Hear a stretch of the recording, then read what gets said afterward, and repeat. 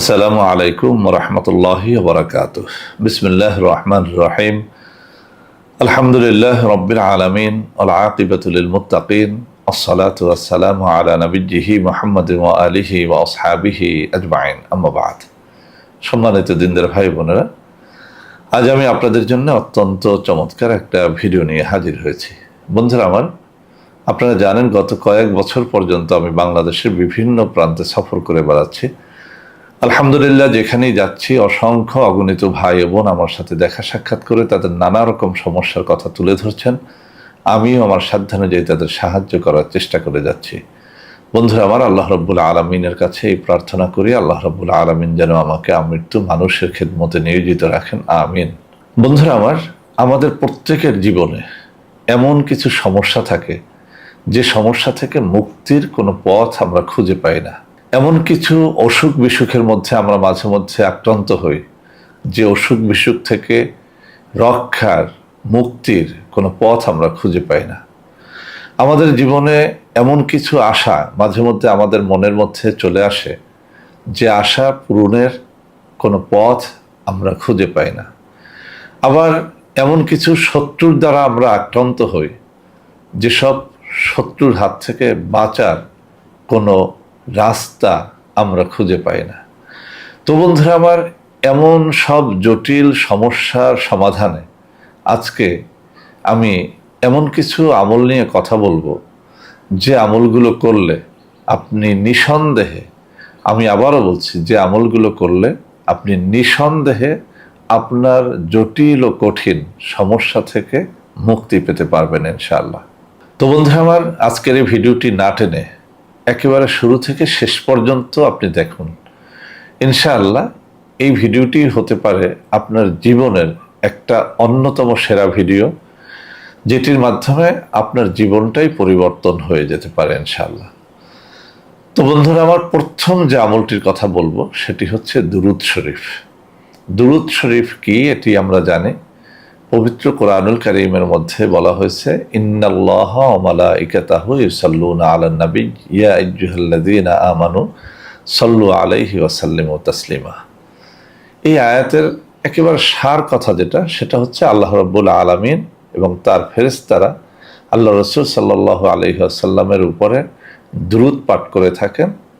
হে আমার বান্দারা, তোমরাও আল্লাহ রাসূল সাল্লাল্লাহু আলাইহি ওয়াসাল্লামের উপরে বেশি করে দুরূদ পাঠ করো। সুবহানাল্লাহি ওয়া বিহামদিহি সুবহানাল্লাহিল আযীম। তো এই দুরূদ শরীফ অনেক রকমের আছে। বিশেষ করে আমরা নামাজের মধ্যে যে দুরূদ শরীফ পড়ি এটা তো আমরা সবাই জানি। এছাড়াও নানা রকমের দুরূদ শরীফ রয়েছে। আল্লাহ রাসূল সাল্লাল্লাহু আলাইহি ওয়াসাল্লামের উপরে বিভিন্ন সময়ে বিভিন্ন রকম দুরূদ শরীফের মাধ্যমে মানুষ নাজাত পেয়েছে। এরকম হাজারো ঘটনা, হাজারো কিতাবের মধ্যে রয়েছে। বড় কোনো অসুখ বিসুখ হয়েছে, নির্ধারিত কোনো দুরূদ পাঠের মাধ্যমে সেই অসুখ বিসুখ থেকে মুক্তি হয়েছে। বড় কোনো শত্রুর আক্রমণে পড়েছে, নির্ধারিত কিছু দুরূদ শরীফ পাঠের মাধ্যমে সেই শত্রুর আক্রমণ থেকে সে রক্ষা পেয়েছে। বড় কোনো আযাবে পতিত হয়েছে, গজবে পতিত হয়েছে, কোনো মহামারীতে পতিত হয়েছে, নির্ধারিত কিছু দুরূদ শরীফ পাঠের মাধ্যমে সেই আযাব, গজব ও মহামারী থেকে সে মুক্তি পেয়েছে। এরকম হাজারো ঘটনা হাজার হাজার কিতাবের মধ্যে বর্ণিত আছে। তো বন্ধুরা আমার, এই সব কথা শুধু আমার মুখের কথা নয়। আমার হাতে যে কিতাবটি দেখতে পাচ্ছেন, এই কিতাবটাও অত্যন্ত নির্ভরযোগ্য একটা কিতাব। এই কিতাবের মধ্যে দুরূদ শরীফের অসংখ্য ফজিলতের কথা বর্ণিত আছে। এছাড়াও আল্লামা শাইখুল হাদিস মুহাদ্দিস দেহলভী রহমতুল্লাহ আলাইহ সহ বড়পীর আব্দুল কাদের জিলানী রহমতুল্লাহ আলাইহ, খাজা মুঈনুদ্দিন চিশতি রহমতুল্লাহ আলাইহ, এভাবে নাম করা বিশিষ্ট বহু বুজুর্গের বহু কিতাবের বহু বর্ণনার মধ্যে দুরূদ শরীফের বহু ফজিলতের কথা বলা হয়েছে। তো বন্ধুরা আমার, যারা আমাদের কাছে বিভিন্ন সময়ে আসেন বিভিন্ন মুসিবত নিয়ে, আমরা যখন দেখি যে মুসিবতটা এত বড় যে মুসিবত থেকে মুক্তির কোনো পথ তার নাই, তখন আমি বিশেষ করে সব সময় তাকে একটা কথা বলে দেই যে আপনি একেবারে নিঃসংকোচে এই সমস্যা থেকে উত্তরণের জন্য আপনার জানা থাকা যে কোনো একটা দুরূদ শরীফের উপর আমল শুরু করেন। আল্লাহ সাক্ষী, আমার জীবনে আমি বহু মানুষকে দেখেছি যারা আমার কথা মতো, আমার শেখানো নিয়মে নির্ধারিত কোনো দুরূদ শরীফ পাঠ করে তারা ফল পেয়েছে, আমাকে এসে হাসি মুখে বলেছে যে স্যার লক্ষ টাকা খরচ করে যা পাই নাই আপনার শেখানো একটা দুরূদ শরীফ পাঠের মাধ্যমে আমি সেই সুফল পেয়েছি, আলহামদুলিল্লাহ। তো বন্ধুরা আমার, আজকে আমি কোনো সুনির্ধারিত দুরূদ শরীফের তালিম দিব না, শুধুমাত্র একটা কথা বলতে চাই। আপনি শত্রুর আক্রমণে অতিষ্ঠ, আপনি আপনার জানা কোনো একটা দুরূদ শরীফ বেশি করে পড়া শুরু করেন। আপনার বিয়ে হচ্ছে না, কোনোভাবেই বিয়ে হচ্ছে না, আপনি ছেলে কিংবা মেয়ে, আমি আপনাকে বলবো নানান দোয়া দুরূদ বাদ দিয়া আপনি আপনার জানা কোনো একটা দুরূদ শরীফ বেশি করে পড়তে শুরু করেন। আর ওই দুরূদ শরীফ পড়া অবস্থায় মাঝে মধ্যে আপনার মনের কথাটা চোখের পানি ফেলে আল্লাহর কাছে বলতে শুরু করেন। আপনি পরীক্ষায় পাশ করতে পারছেন না, আপনার থেকে কম মেধাবীরাও পরীক্ষায় পাশ করে যাচ্ছে, কিন্তু আপনি পারছেন না। আপনাকে বলবো আপনি যেন আপনার জানা কোনো একটা দুরূদ শরীফ বেশি করে পাঠ করা শুরু করেন, ইনশাআল্লাহ আপনি পরীক্ষায় পাশ করে যাবেন। আপনার কোনো দুরারোগ্য ব্যাধি হয়েছে, কোনোভাবেই সেই ব্যাধি থেকে আপনি মুক্তি পাচ্ছেন না, আমি পরীক্ষার আলোকে বলছি, আপনার জানা কোনো একটা দুরূদ শরীফ, বিশেষ করে নামাজের মধ্যে যে দুরূদ শরীফ আমরা পড়ে থাকি, আপনি সেই দুরূদ শরীফ খানাও যেন বেশি করে একটু অজিফার মতো পড়ে দেখেন, ইনশাআল্লাহ আপনার সমস্যা থেকে আপনি মুক্তি পেয়ে যাবেন। এভাবে কয়টা সমস্যার কথা বলবো।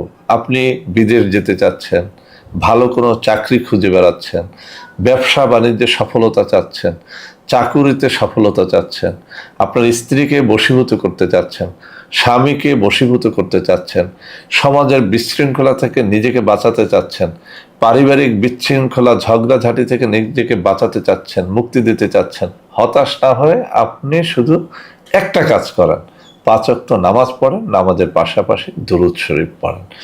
তো বন্ধুরা আমার, এই দুরূদ শরীফ পড়ার জন্যে আপনার দিলটা থাকতে হবে অবশ্যই পবিত্র, আপনাকে হতে হবে নামাজি, আপনাকে হতে হবে হালাল রিজিক অন্বেষণকারী। আপনি সুদ খেলেন, হারাম খেলেন, গাঁজা খেলেন, নেশা করলেন, আর সেই মুখ দিয়ে দুরূদ শরীফ পড়লেন, আসলে সেটা হবে না।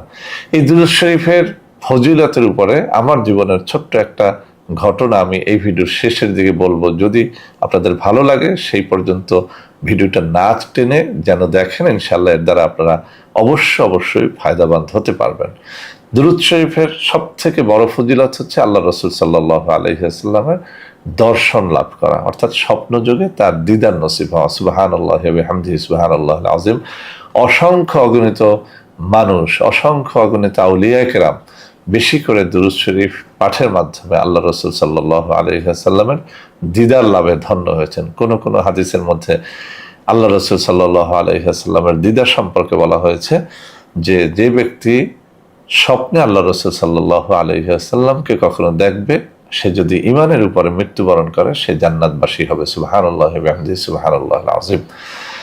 আরেকটা আমলের কথা বলে দিচ্ছি, যে কোনো সমস্যা থেকে মুক্তির জন্য তাহাজ্জুদ নামাজ কিভাবে পড়তে হয় বিভিন্ন কিতাবের মধ্যে সহজ নিয়ম বর্ণিত আছে, একেবারে সহজভাবে আমি শিখিয়ে দিচ্ছি। ভোর রাত্রে আপনি জাগ্রত হবেন, কেননা এই সময়টার কথা বিভিন্ন হাদিসে বিভিন্ন ফজিলতের কথা বলা হয়েছে। তার মধ্যে একটা কথা হচ্ছে এভাবে যে, আল্লাহ রসুল সাল্লাল্লাহু আলাইহি ওয়াসাল্লাম বলেন যে, যখন রাত্র গভীর হয় আল্লাহ রাব্বুল আলামিন তখন নিকটতম আসমানে নাজিল হন এবং বান্দাকে ডেকে ডেকে বলতে থাকেন যে, কে আছো গুনাহগার, তুমি তোমার গুনাহ থেকে তওবা করো, আমি তোমার গুনাহকে মাফ করে দেব।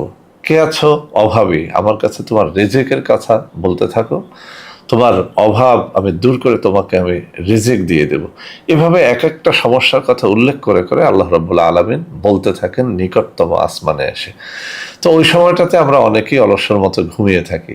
আমি আপনাকে বলবো, আপনার জীবনের সমস্যা যত জটিল যত কঠিন হোক না কেন, আপনি যেন এই সমস্যা থেকে মুক্তির জন্য সারা দুনিয়াবাসীর কাছে না গিয়ে ভোর রাত্রে উঠে অজু করে 2 রাকাত তাহাজ্জুদ নামাজ পড়ার চেষ্টা করেন। তাহাজ্জুদ নামাজ পড়া একেবারে সহজ, কোনো আরবি নিয়তের আপনার প্রয়োজন নাই।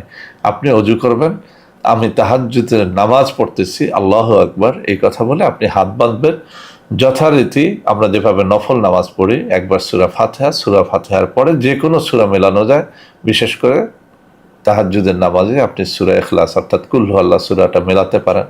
একবার, তিনবার, সাতবার, 10বার এভাবে পড়তে পারেন। এরপরে রুকু সিজদা করে 2 রাকাত নামাজ পড়ে সালাম ফিরিয়ে দুরূদ শরীফ পাঠ করে আপনি কায়মনোবাক্যে আপনার মনের কথা আপনি এই তাহাজ্জুদ সালাতের শেষে দুহাত তুলে আল্লাহ রাব্বুল আলামিনের কাছে বলতে পারেন।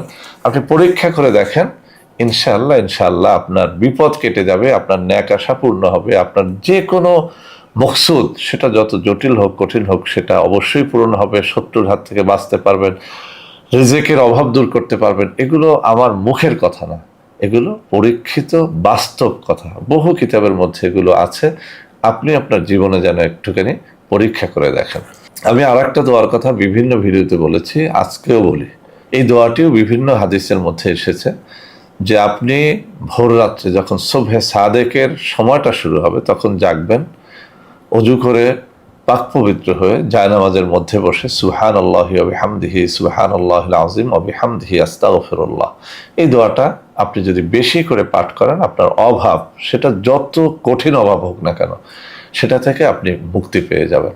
কোনো কোনো হাদিসে এই দোয়াটি 41 বার পড়ার কথা বলা হয়েছে, 121 বার পড়ার কথা বলা হয়েছে, কোথাও কোথাও এটা 500 বার পড়ার কথা বলা হয়েছে। আমি বলবো আপনার সাধ্য মতো আপনি যেন কমপক্ষে 21 বার, আর উপরে আপনি যতটা পারেন অজু করে পবিত্র হয়ে সুবহে সাদেকের সময় এই দোয়াটা পড়েন, সুবহানাল্লাহি ওয়া বিহামদিহি সুবহানাল্লাহিল আযীম ওয়া বিহামদিহি আস্তাগফিরুল্লাহ। এই দোয়াটা পড়ে দেখেন, আপনার যে কোনো আশা পূরণের জন্য এই দোয়াটি যথেষ্ট, আপনার অভাব দূর হওয়ার জন্য এটি যথেষ্ট, আপনার চাকরির জন্য এটি যথেষ্ট, আপনার যে কোনো সফলতার জন্য এটি যথেষ্ট। আমি ব্যক্তি জীবনে এটি পড়ে এত বেশি ফল পেয়েছি যে এখনো পর্যন্ত সুবহে সাদেকের সময় আমি এই আমলটি করে যাই, আলহামদুলিল্লাহ।